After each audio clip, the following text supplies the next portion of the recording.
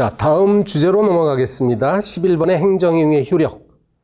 여러분 이제 공정력, 구성요건적 효력 등 이거 다 학습을 하셨기 때문에 따로 설명은 안 드리고요. 자, 한번 1번 질문 보실까요? 그 영업허가 취소 처분이 나중에 취소됐어. 그러면은 원래 허가 취소 처분 이후에 영업을 하면 안 되지만 그 처분 자체가 취소됐기 때문에 그 당시에 했던 영업행위는 이제 무허가 영업은 아니죠. 틀렸습니다. 그 다음에 자 2번 처분의 효력은 처분 시에 자 부가처분의 효력은 처분 시에 소급하여 효력을 잃게 됩니까? 그렇죠. 이게 바로 형성력이라고 합니다. 2번 형성력. 그 다음에 3번 보겠습니다.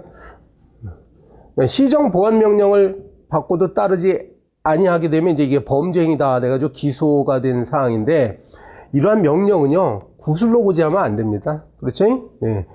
중대한 어떤 권익을 제한하는 그런 행위를 문서로 해야죠. 따라서 구술로 고지했다 그러면 이것은 무효다라고 할 수가 있게 되겠습니다. 그 다음에 병역 처분을 받았어요. 근데 이제 병역 처분에 흠이 있습니다. 그런데 당연 모의에 해당하는 것이 아닌 이상 그러면 공정력이 발생합니다. 따라서 이때는 군형법에 적용됩니다. 만약에 이 상태에서 벗어나려면 이 사람은 이제 항고 소송을 통해 가지고 이걸 취소시켜야 돼요. 그렇죠?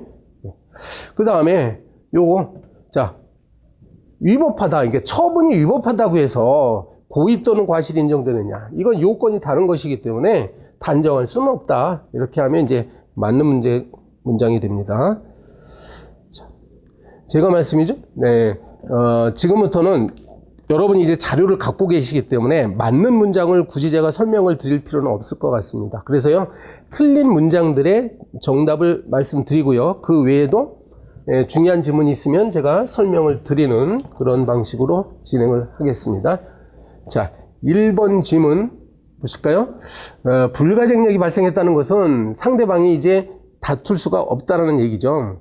다툴 수가 없는데 그거는 상대방이 행정소송을 제기할 수 없다는 말일 뿐이지 만약에 이제 다른 사건이 발생을 하면 당초의 어떤 사실관계나 법률관계와 모순되는 주장을 또 할 수는 있는 거야.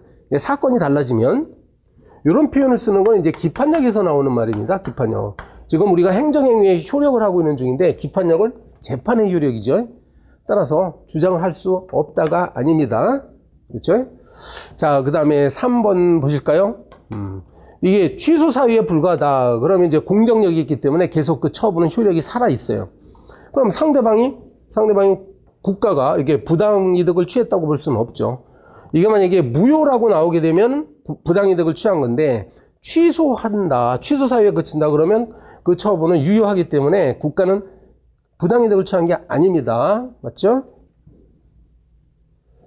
자, 6번 질문 한번 볼까요? 6번. 자, 조세 부과 처분을 만약에 취소했는데 취소하는 판결이 확정이 되어버렸습니다. 그러면 이제 소급해서 효력을 잃게 되므로 이게 뭐죠? 형성력이죠? 형성력이죠? 그럼 처음부터 과세 처분이 없었다는 얘기잖아요? 과세 처분이 없었기 때문에 이 사람은 세금을 포탈한 게 아니죠. 그죠? 그래서 무죄를 인정할 명백한 증거가 해당될 수가 있게 되겠습니다. 9번 질문을 보겠습니다. 자, 불가변력이라 하면 행정행위를 한 처분청이 함부로 이것을 취소 또는 변경할 수 없는 효력을 말하는 건데 그건 당연히 동종의 그 당의 행정행위에 대해서 인정이 되는 것이죠. 인정되는 것이 아니고 동종의 행정행위라면 그 대상을 달리하여도 인정이 안 돼요. 이거 제가 표시를 안 했는데 그 대상을 달리하여도 인정되지 않습니다. 여러분 밑줄을 쳐놓으세요. 이건 오문입니다. 여러분 대상을 달리하면은 불가변력이 발생해요. 똑같은 행위에만 불가변력 발생하는 거죠. 이거 잘못된 지문입니다. 자, 그 다음에 10번 공정력이란 상대방이나 이해관계에 대한 구속력을 말하는데 이건 잠정적으로 효력을 인정하는 거예요. 그래서 공정력이 있게 된다고 해서 하자 있는 처분이 갑자기 하자가 없는 처분으로 바뀌는 것은 아니고요. 임시적으로 통역력을 갖게 되는 것에 불과합니다. 맞습니다. 이거는. 자, 12번 지문 보세요. 법무부 장관이 어느 사람에게 이제 귀화 허가를 내줬어. 근데 하자가 있다 하더라도 그것이 취소 사유에 그치면, 즉 무효가 아니라면 구성요건적 효력이 나타나죠. 구성요건 효력. 여기 이제 효력의 어떤 명칭이 잘못 기재가 됐네요. 행정의사의 무슨 존속력 이렇게 말하는 것이 아니라 구성요건적 효력이라고 합니다. 어느 행정기관이 유효한 행정행위를 하면 그것이 취소되기 전까지는 다른 행정기관도 그 결정을 무시할 수가 없어요. 그걸 구성요건적 효력이다 이렇게 얘기를 합니다. 네. 네, 16번을 보겠습니다. 여러분 16번. 아, 이건 아까 똑같은 거네요. 네. 그래서 달리할 때 이게 맞는 문장이에요. 그죠? 아까 제가 그 편집을 잘못한 것이었습니다. 이렇게 이야기해야 맞습니다. 대상을 달리할 때는 인정할 수 없다. 그죠? 이 문장은 맞는 것이고 아까 봤던 문장은 틀리는 문장이었습니다. 네. 그 다음에 성결 문제가 나옵니다. 성결 문제. 이것은 구성요건적 효력과 관계에 있다는 거 여러분 아시죠? 다소 이제 어려운 부분이긴 한데 한번 보겠습니다. 네. 요거 2번 문제 볼까요? 만약에 영업허가 취소 처분으로 손해를 입었어. 그럼 이 사람은 국가배상 청구 소송을 제기할 수 있겠고, 그런데 이제 취소 사유가 있으면 이름하여 구성요건적 효력이 있다라고요. 그렇죠? 네. 그런데 국가배상 청구 소송을 제기했잖아요. 그럼 이 법원은 이 처분이 과연 위법한지 여부를 판단할 수 있습니다. 구성요건적 효력이 있다 하더라도 이것은 위법성이 문제가 되기 때문에 국가배상 사건에서는 위법 여부는 판단할 수 있어요. 없다가 잘못됐습니다. 여러분 국가배상 청구 소송이 아니라 이제 그 부당이득 반환 청구 소송 이런 지문이 나와버리면 이때는 성결 문제가 위법성이 아니라 효력 유무가 성결 문제이기 때문에 이때는 취소 사유에 그치면 어떻게 되죠? 취소 사유에 그치면 구성요건적 효력이 발생하기 때문에 그 처분의 효력을 부정할 수가 없습니다. 이게 차이점이 있으니까 조심하셔야 돼요. 이거는 성결 문제가 위법성이고 이거는 효력 유무라고요. 여러분. 자, 그 다음에 5번 지문을 볼까요? 5번.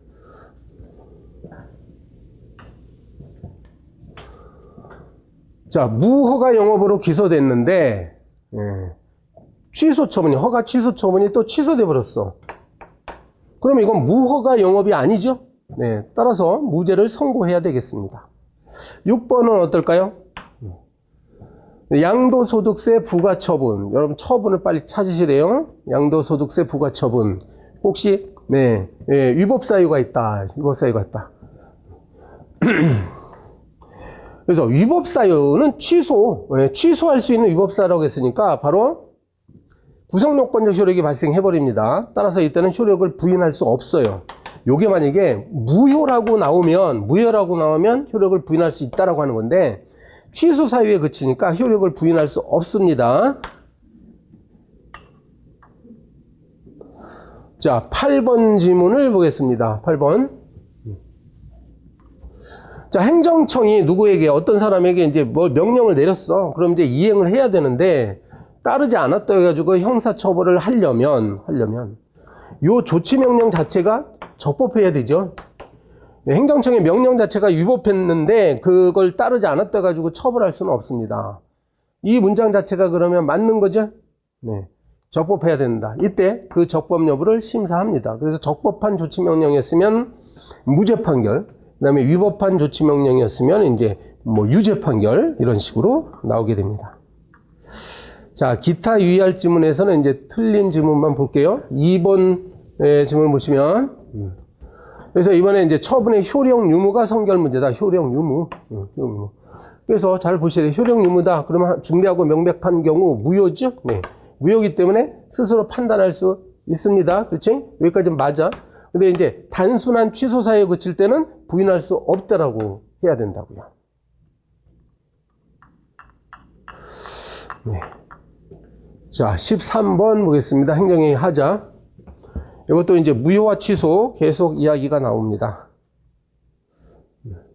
네, 3번 지문을 볼게요. 3번. 이건 여러분 그냥 암기하셔야 돼. 여러분 취소 사유와 무효 사유를 구별하는 판례가 굉장히 많은데 그 중에서 헷갈리는 것들이 좀 있는데 저도 가끔 헷갈려요. 이 판례가 지금 학교환경위생정화위원회 심의 절차를 누락했어. 이게 과연 무효일 것 같은데 이 사건에선 취소 사유로 봤습니다. 알겠죠? 그냥 기억하셔야 돼요. 이 사건은 취소 사유입니다. 자, 5번 지문 볼까요? 5번. 요거 직권 취소는 과연 법적 근거가 반드시 있어야 될까요? 우리 판례에 따르면은 이 직권 취소는 행정행위가 잘못됐으면 그걸 원래 그 정상적인 상태로 시정하는 절차이기 때문에 별도의 법적 근거가 없다 하더라도 행정청이 스스로 취소가 가능하다라고 봅니다. 예, 그래서 법적 근거 불요설입니다. 네, 7번 지문 봅니다. 자, 보세요. 건축물을 지었는데 적법하게 지었어. 근데 철거 명령 자체가 이게 뭐야? 그럼 무효죠? 왜 적법한 건축물에 철거 명령을 내려?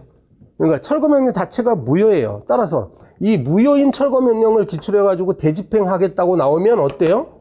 이것도 무효죠.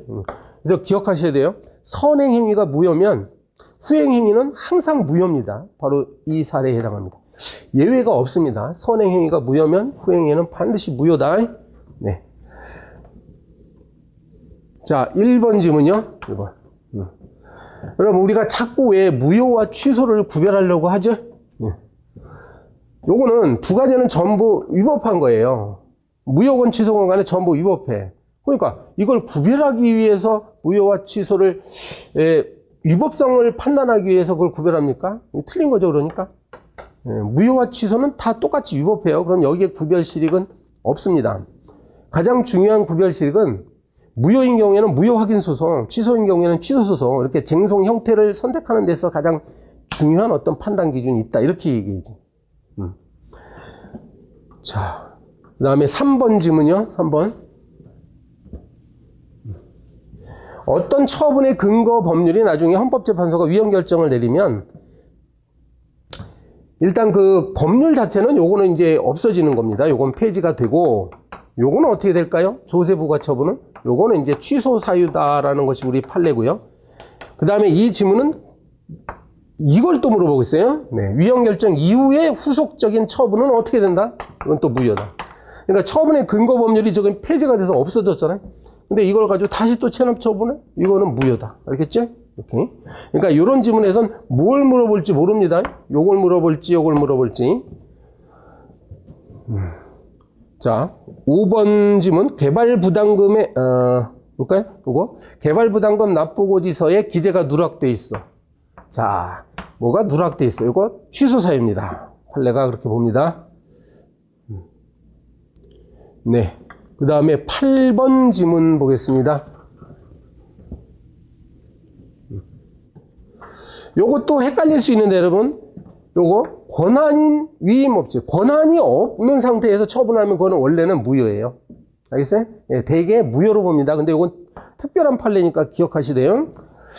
이게 무슨 관세청장이 해야 되는 걸 우리나라에서 수십 년 동안 세관 출장소장이 아주 관행적으로 해왔었나 봅니다.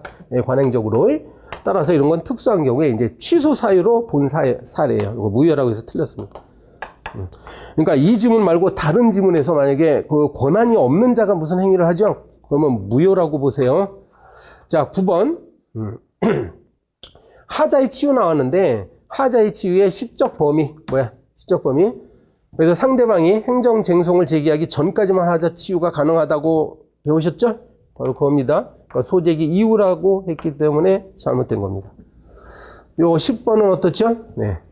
요거 무효 선언을 구하는 의미에서 취소 소송. 네. 그래서 이 사람들은 이게 처분의 하자가 무효인지 취소인지 잘 모르기 때문에 이런 식의 소송을 제기하는데 이거는 형식적으로 보면 취소 소송이기 때문에 취소 소송으로서의 적법 요건을 갖출 필요가 있다라고 해야 돼요. 이건 취소 소송입니다. 자, 12번 지문 봅니다. 요것도 특수한 판례이기 때문에 기억하셔야 돼요. 지금 환지 절차를 새로이 밟아야 한다. 따라서 이런 걸 밟지 않고 다시 환지 절차를 하면 그거는 위법해요. 위법해요. 근데 우리가 절차상 하자는 되게 취소 사유로 또 보거든.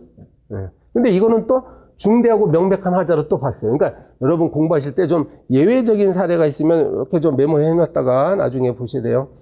이거는 원래 절차 있죠, 절차. 절차적 하자는 되게 취소 사유로 보는데 이거는 뭔가 재산권과 관련이 있어가지고 굉장히 이 자체가 만약 밟지 않으면 환지 절차 자체가 막 엉망진창이 된다는 취지예요. 그래서 이건 무효로 봅니다. 중대하고 명백한 하자로 봅니다. 네, 한 15번쯤 볼까요? 15번. 행정행위의 하자가 치유되면 요거 언제부터 하자가 없는 행위가 되죠? 처분 당시부터. 네, 소급한다는 점. 그러니까 치유시가 아니라 소급해서 정상적인 행정처분으로 보게 됩니다. 요거 17번 볼까요? 요건 아까 어떻게 봤죠? 요거 위헌 결정 이후에 체납 처분에 착수하면 안 됩니다. 그죠? 이건 뭐라고 봤죠? 아까 무효 사유로 봤죠? 예.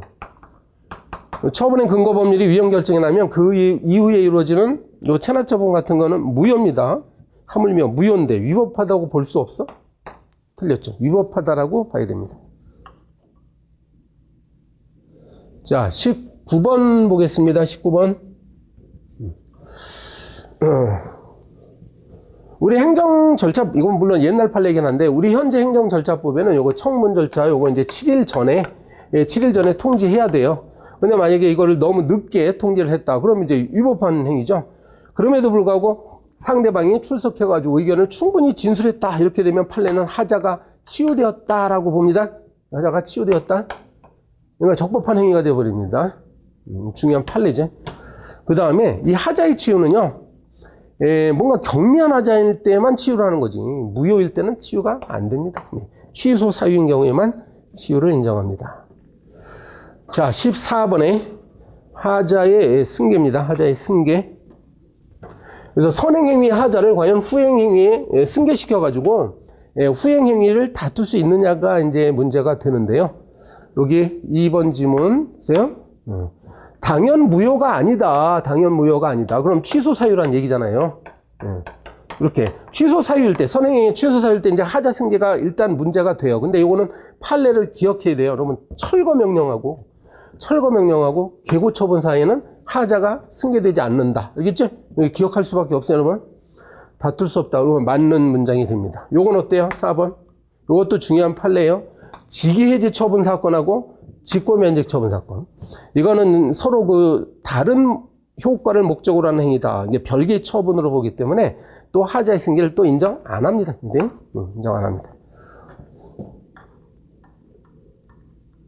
자, 1번은 어떻습니까? 요거 하자 승계 지문에서는 처분 두 개를 빨리 찾으셔야 돼요. 조세 부과 처분하고 체납 처분. 어때요? 요것도 목적이 다른 행위다. 그래가지고 하자 승계를 인정 안 한 거였어.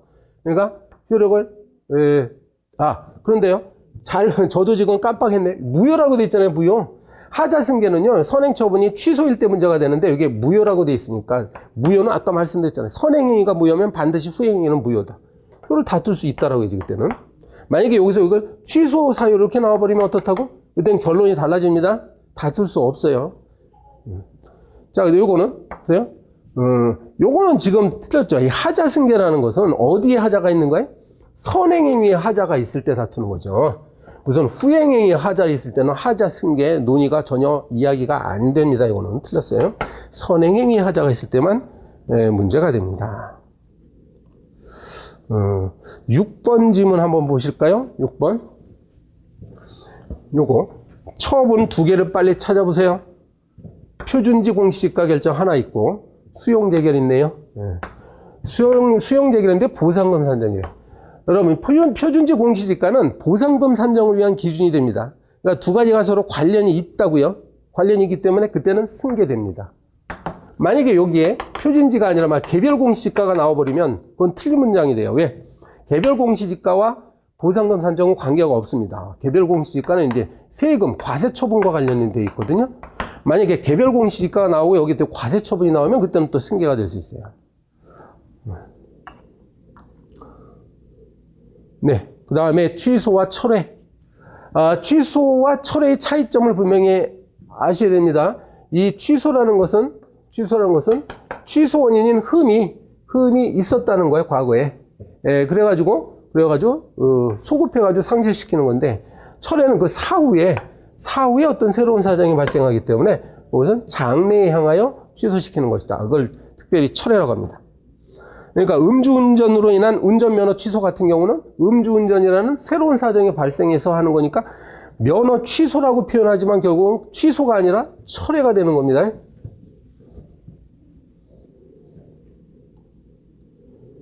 네.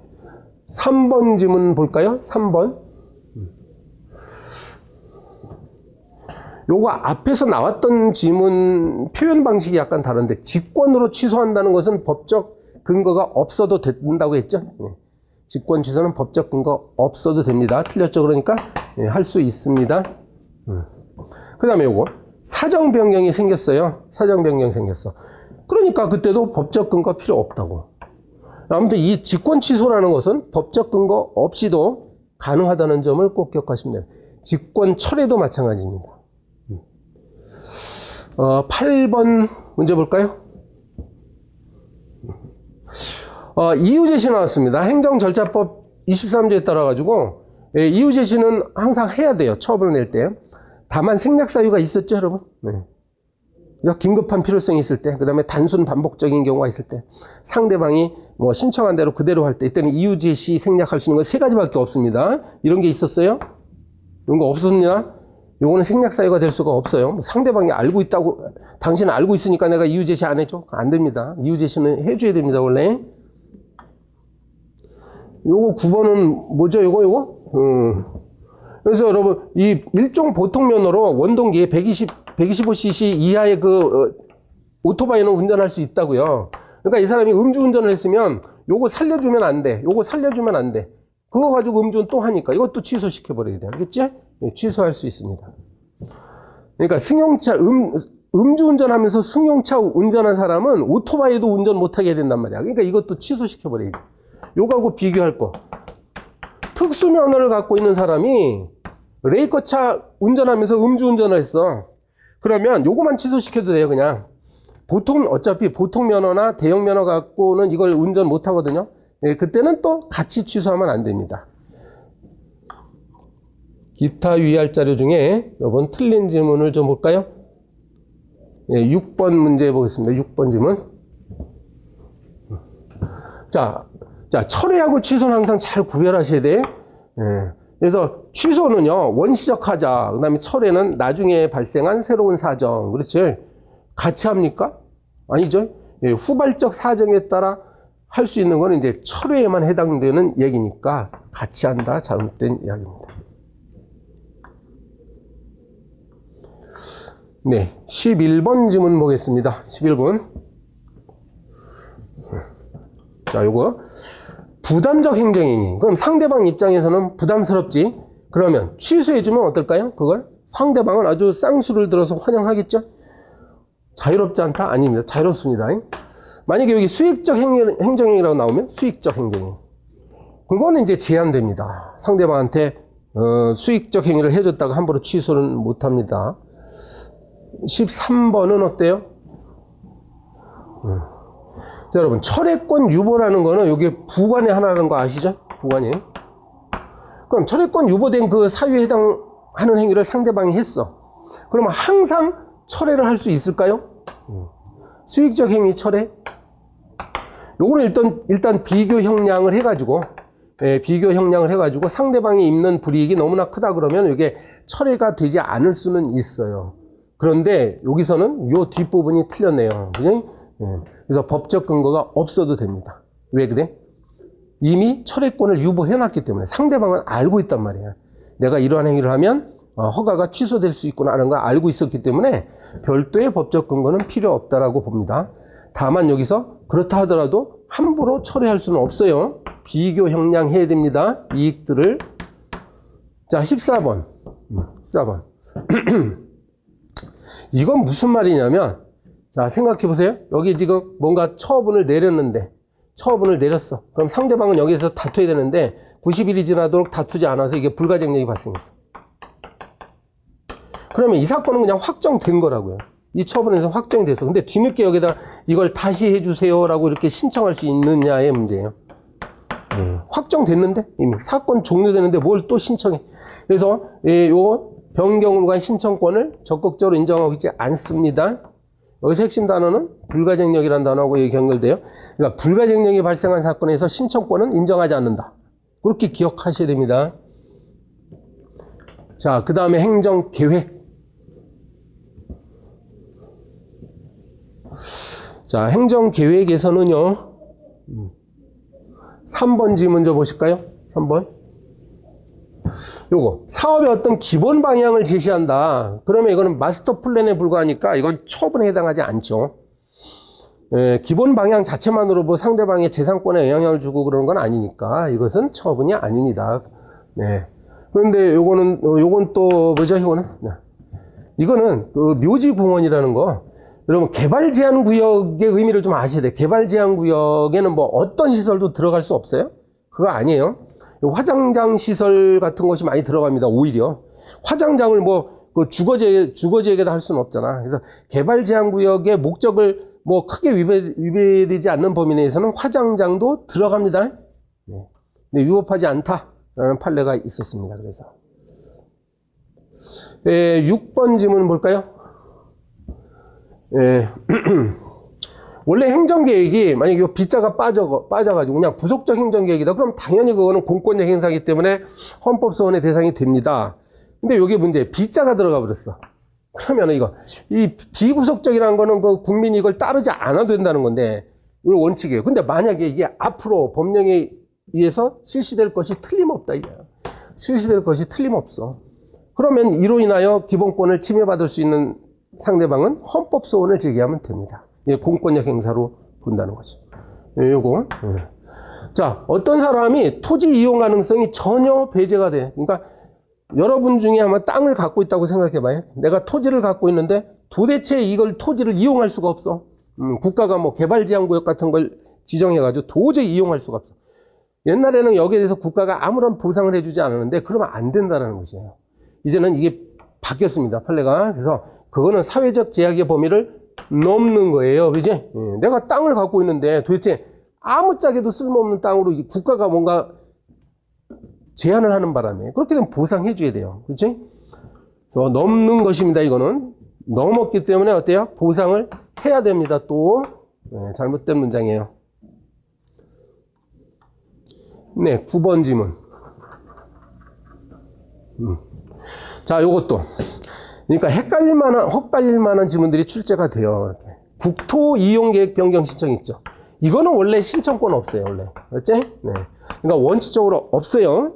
뭐 국토 계획을 바꿔달라 이런 걸 국민에게 인정해 줄 수는 없는데, 여기 보시면은 어떤 법률상 지위를 취득한 사람이 있단 말이야. 취득한 사람은 예외적으로 인정합니다. 틀렸습니다. 그게 공식처럼 알아두세요. 어떤 법률상 지위를 얻었어. 그러면 그때 예외적으로 신청할 수 있습니다. 자, 요거. 우리가 행정계획을 할 때는 그것과 관련되어 있는 각종 이익들을 서로 형량을 해야 됩니다. 비교하라는 거죠. 근데 비교를 하기는 했어? 요거 당장 틀렸는데 해태 아닙니다. 요 해태라는 것은 아예 안 한 것을 해태라고 하는 거야. 근데 여기 했잖아. 하기는 했는데 객관적으로 안 했다는 거야. 이걸 이제 오형량 이렇게 표현합니다. 그러니까 잘못 형량했다는 이야기죠. 네, 5번 질문이요.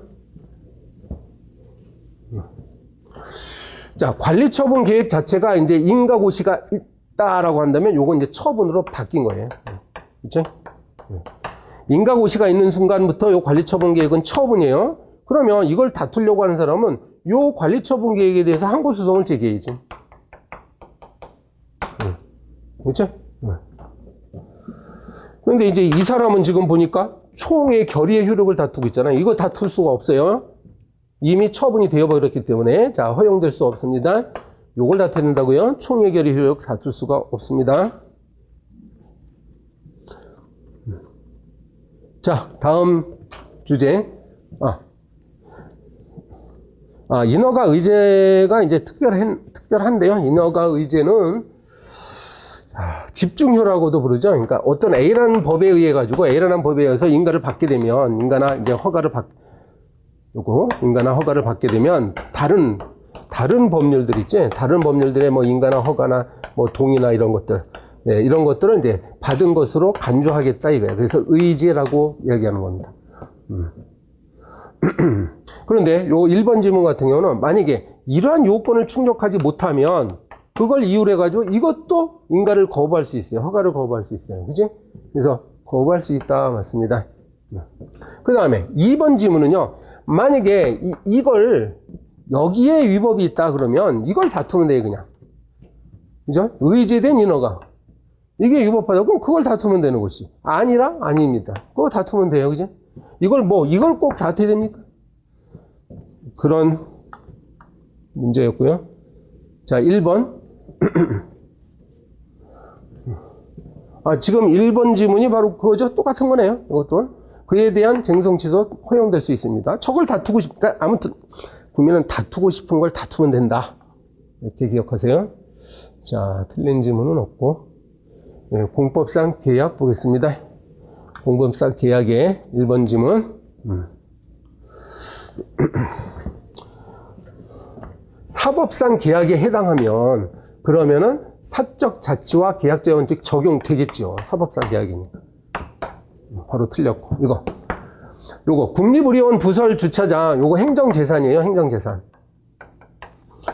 따라서 행정재산에 대한 어떤 사용 허가에 해당하니까 이거는 공법상 계약이 아니라 특허입니다. 계약 아닙니다. 자, 그 다음에 공법상 계약이면 이걸 다툴 때 뭘로 가야 된다고요? 공법상 당사자 소송으로 가야죠. 계약이니까. 그 다음에 공법상 계약이 만약에 하자가 있어요. 이렇게 하자가 있어. 그러면 무조건 무효라고 기억하세요. 공법상 계약은 무조건 무효입니다. 뭐 취소할 수 있다, 무효다 이렇게 나눠지는 거는 행정행위에서의 문제고 무조건 무효야. 법령이 나오면 그것도 무조건 무효예요. 어떤 법령이 하자가 있다 그러면 무조건 무효입니다. 요거는 또 뭐죠? 요거 토지를 협의 취득하는 거 요거는 여러분 우리가 개인이 다른 사람의 땅을 취득하는 거 매매하는 거 그거 뭐야? 사법상 계약이죠. 틀렸어요. 아무리 국가가 협의 취득한다 하더라도 이거는 개인 간의 토지 거래하고 똑같이 봐요. 그래서 사법상 계약으로 봅니다. 요거 마찬가지죠. 6번도 우리가 이제 아무리 국유재산이라 할지라도 요거 일반 재산이잖아. 행정재산이 아닌 일반 재산 요걸 대부한다. 빌려주는 거야. 빌려주는 행위는 또 사법상 계약이에요. 네.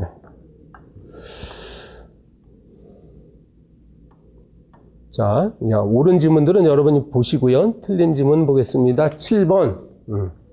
이것도요. 그냥 기억하세요. 여러분. 중소기업에 대한 정보화 지원 사업. 중소기업들을 육성하기 위해서 뭐 최근에 이제 정보화에 앞선 어떤 업체들에게 국가가 지원금을 준다 이거야. 그냥 주는 거예요. 계약을 체결해서 주죠. 그리고 이것은 공법상 계약입니다. 알겠죠?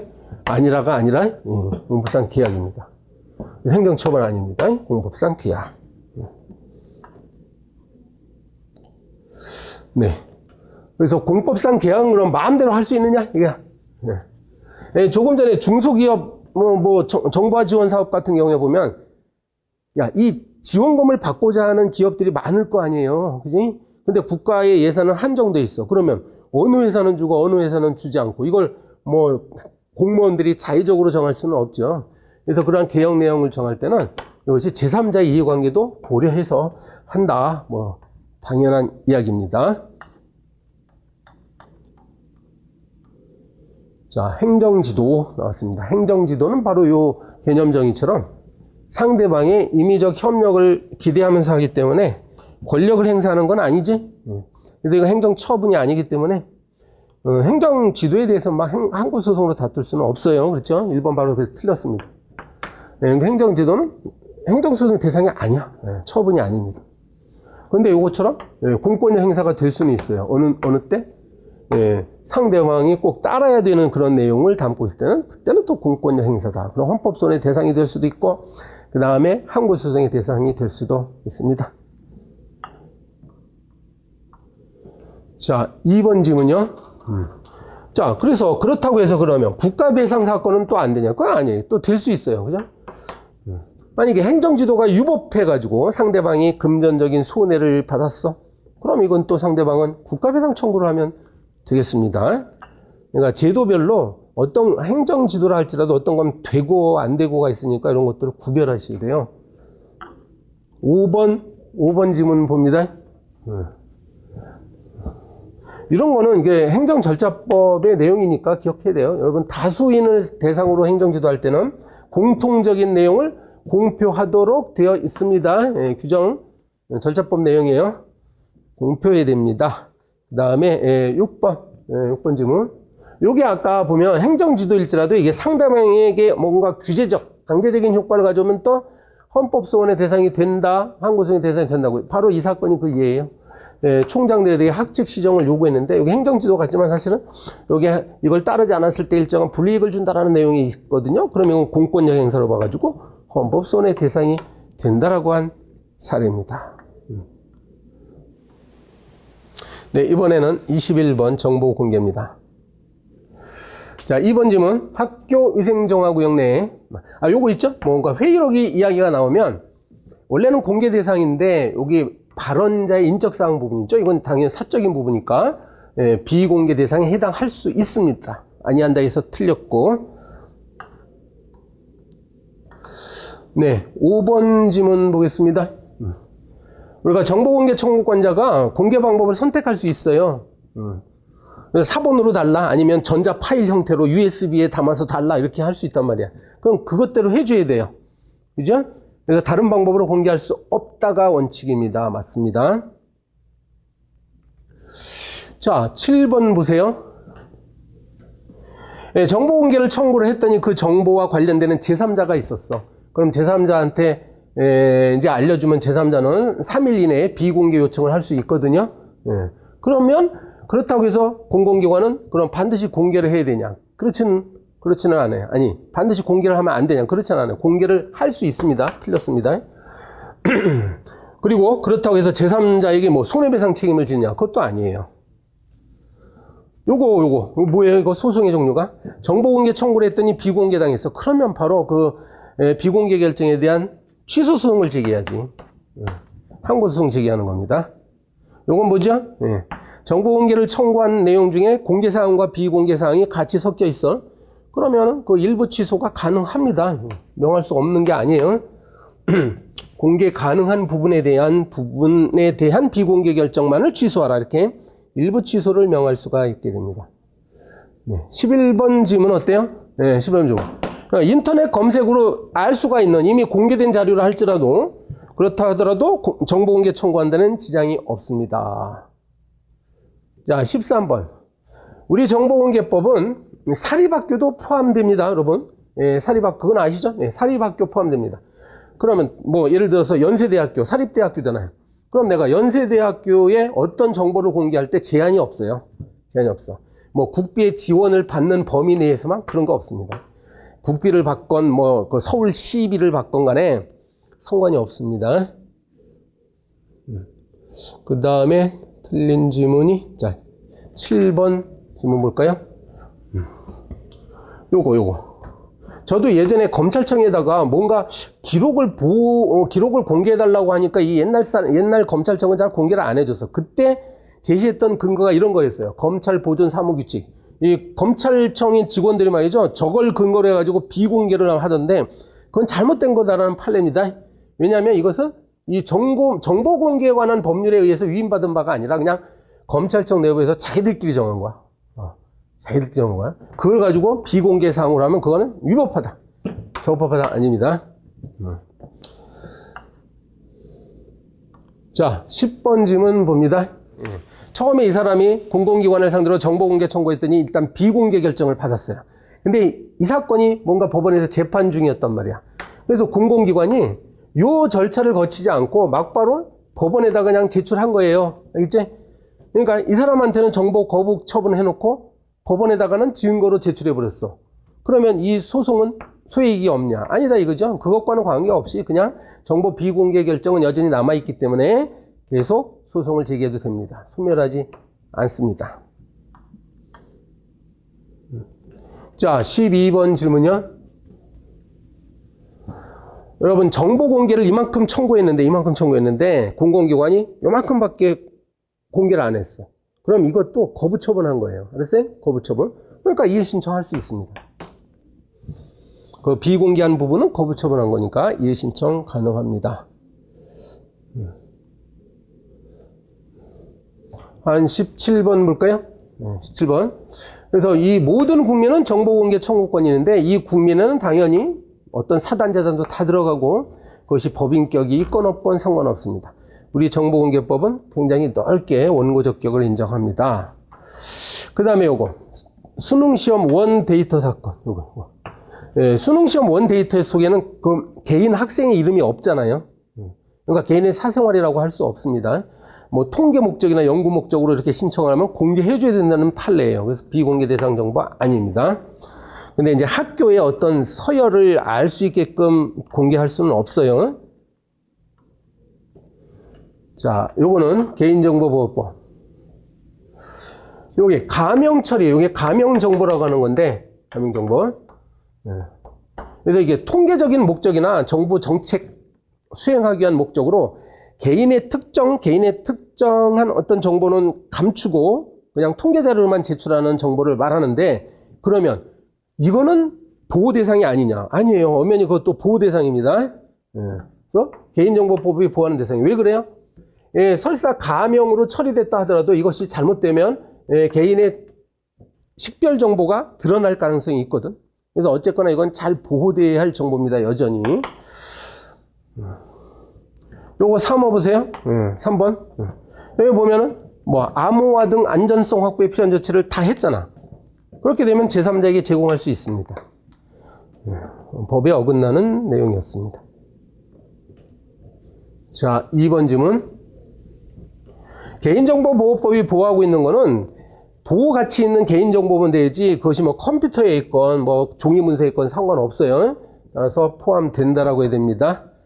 개인정보보호위원회는 국무총리 소속이라고 기억을 하세요. 국무총리. 이거하고 같이 여러분 그 정보공개법상에 정보공개위원회라고 있죠? 정보공개위원회도 역시 국무총리 소속입니다. 같이 기억하세요. 총리 소속. 한 10번 보겠습니다. 10번. 어때요? 이런 거는? 이게 법 조문이라는 거 아시죠? 네.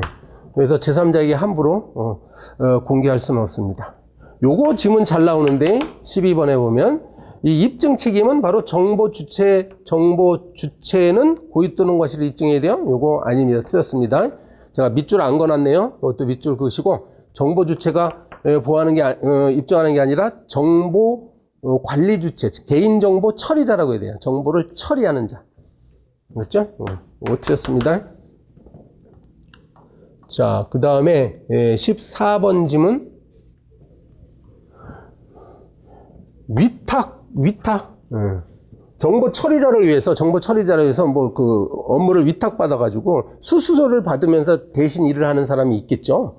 이 사람은 이 법이 정할 수 있는 법적인 어떤 이익을 갖는 건 아니고 단지 그냥 심부름하는 거다. 이렇게 기억하세요. 그래서 제3자에 해당하지 않습니다. 그냥 수수료만 받고 처리를 하는 자니까 법이 그렇게 크게 보호할 수는 없어요. 네, 17번. 요게 이제 그 단체 소송을 얘기하고 있습니다, 여러분. 그래서 피해자들을 대신해가지고 단체 소송 제기할 수 있는 건 첫 번째로 이렇게 공정거래위원회에 등록한 소비자 단체입니다. 정회원 수 1000명이라고 해야 됩니다. 1000명 이상. 그리고 3년. 등록한 다음에 3년.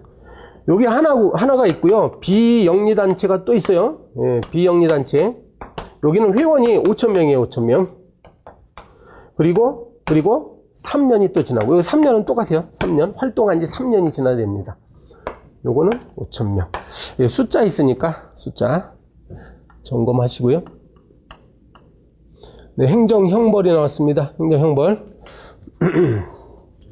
여기가 이제 통보처분은 범칙금이라고 하죠. 요거 2번 질문 보세요. 그래서 이 통보처분에 불복하는 경우는 범칙금을 납부하지 않으면은 고발돼가지고 즉결심판으로 가기 때문에 이건 항고소송의 대상이 아닙니다. 아닙니다.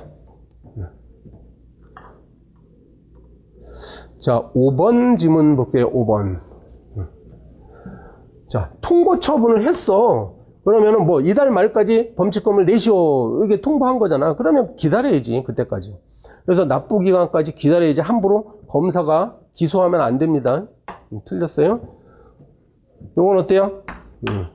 양벌 규정에 의하죠. 여러분, 종업원이 뭘 잘못하면 종업원에게 일단 뭐 벌금형 나가지. 그 다음에 양벌 규정에 의해서 법인 자체에 대해서도 또 벌금이 나갈 수 있습니다. 그 벌금은 뭐예요? 형벌이에요, 바로. 뭐 달리하는 거 아닙니다. 똑같습니다. 이것도 역시 형벌입니다. 법인에 대한 것. 자, 요거 5번 질문 보세요. 이 자동차, 그 허용되는 배출가스 범위를 넘어서 배출하는 자동차 차주들 처벌하잖아요. 그러면 그 사람이 과실로 허용 기준을 초과했다 하더라도 처벌해야지. 실제로 과실 범위 대부분이죠. 요걸 배출하는 것을 모르고 뭐 일부러 배출하는 사람 있나? 자동차 관리를 평소에 못하기 때문에 실수로 하는 거지, 실수. 과실범의 경우에도 적용합니다. 이런 경우는요. 자, 질서벌 보겠습니다. 질서벌. 요거는 이제 과태료 부과하고요. 3번 지문에 저 앞에서 한번 나왔었는데, 아무튼 재판 이야기가 나오면 재판은요 신뢰보원칙의 대상이 안 돼요. 알겠어요? 재판은 국가가 하는 공적인 견해 표명이라고 보면 안 됩니다. 그 다음에 질서위반행위규제법에 숫자가 여러 개가 나오는데, 숫자가 요거 제척기간 3년 아니라 5년입니다. 그 다음에 소멸시효도 5년. 그래서 5년이 2번 나오죠? 2번. 그 다음에 하나 더. 그 의견 제출하는 거. 의견 제출할 수 있는 그 기회를 줘야 되는데, 이거는 10일 이상의 기간을 줘가지고 과태료 부과 처분하기 전에 의견 제출 기회를 줘야 되고요. 그 다음에 과태료 부과한 다음에 이의 신청하는 거 있죠? 이 신청은 또 60일 이내 합니다. 요 4개 숫자 잘 기억하면 됩니다. 자, 6번 질문은 어때요? 그래서 이제 고의 또는 과실이 없는 질서 위반 행위는 무조건 안 돼. 과태료 부과하면 무조건 안 돼. 뭐 이런 구질구질한 이런 얘기 할 필요가 없어요. 고의 또는 과실이 없어? 그러면 과태료 부과. 이거 틀렸죠? 이거 틀린 질문입니다. 그 다음에 이건 어때요? 그래서 요거 아까 양벌 규정 아니에요. 그거하고 헷갈리면 안 돼. 양벌 규정이 아니라 지금 법은 이렇게 종업원이 만약에 종업원이 위법한 행위를 하죠. 그 과태료는 종업원한테 물리는 게 아니라 법인한테 물리는 거예요. 원래 이렇게 알겠지? 아까 양벌 규정은 달라요. 양벌 규정은 종업원한테도 물리고 법인한테도 물리고 그러는데, 이거는 과태료 사건이야. 과태료는 원래 법인에게 부과합니다. 2번 질문. 만약에 신분이 없는 자가 가담을 해요? 그럼 신분이 없는 자도 처벌받아요. 과태료 부과합니다. 그 다음에 요거는 또 고의 또는 과실이 없는 자, 여기서 과태료 부과할 수 없는데 똑같은 지문이네. 5번은 어때요? 자, 과태료 부과 처분은 이의 제기를 안 하면 그때는 효력을 상실합니까? 이의 제기를 해야 효력이 상실합니다. 근데 이의 제기를 하지 않은 채라고 되어 있어서 틀렸습니다. 이의 제기 안 하면 그냥 확정돼 버리잖아요. 그러면 오히려 효력이 살아있는 거죠. 그 다음에 과태료는요, 여러분 형벌이 아닙니다. 형벌이 아니기 때문에 죄형 법정주의의 규율 대상이 아니라고 해야 됩니다. 그리고 자, 과태료는요 대한민국 영역 바깥에서 법률을 위반한 한국 사람에게도 적용됩니다. 틀렸습니다. 맞습니다.